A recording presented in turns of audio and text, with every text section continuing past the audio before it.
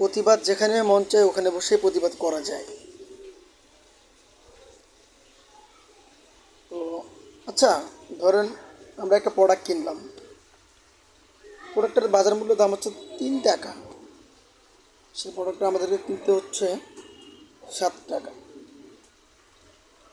ধরুন 4 টাকা বাংলাদেশ কোম্পানি পেল, মানে বাংলাদেশ বাজারজাত কারণের যে ওপাল পাচ্ছে 4 টাকা, আর বাদ বাকি 3 টাকা চলে যাচ্ছে ইসরায়েলে।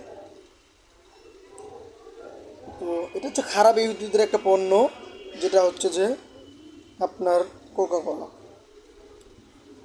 কোকা কোলা মানে ওদের যে কোনো প্রোডাক্টই। তাহলে আমি যদি কিনি, আপনি যদি কিনেন, তো 50 জন কিনেন, তাহলে কত হয়ে গেল?